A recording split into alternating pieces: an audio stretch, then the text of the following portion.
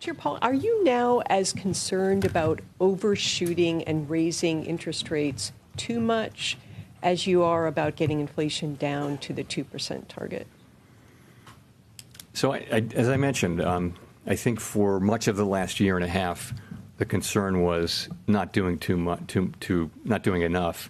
It was not getting rates high enough in time to avoid having inflation expectations, higher inflation expectations, become entrenched. So that was the concern. I think we've reached now more than 18 months into this. You can see by the fact that we have slowed down, although we're still trying to gain confidence in what the appropriate stance is. But you can see that we think, and I think, that the risks are getting more balanced. I'll just say that they're getting more balanced.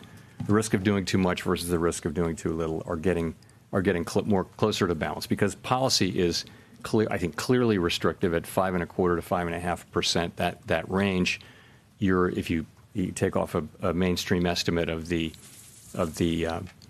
expected inflation, take 1 year inflation, you're going to see a real policy rate that is, well above mainstream estimates of a neutral policy rate. Now that's arithmetic. It doesn't really. What the proof is really in how the economy reacts. But I would say that we're in a place where those risks are getting closer to being in balance. And you said the proof is how the economy reacts. What are you looking at to be sure you're not overshooting? Well, I think what we're looking at is is inflation still broadly cooling?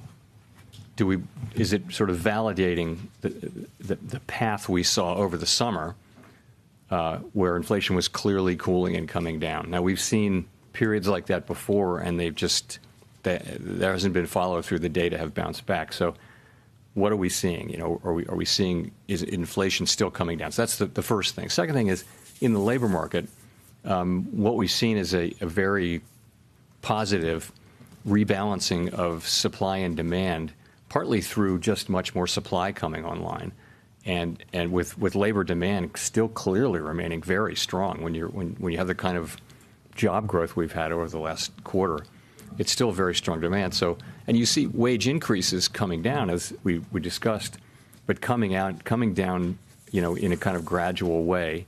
I think that's what we want to see, that whole set of processes continue.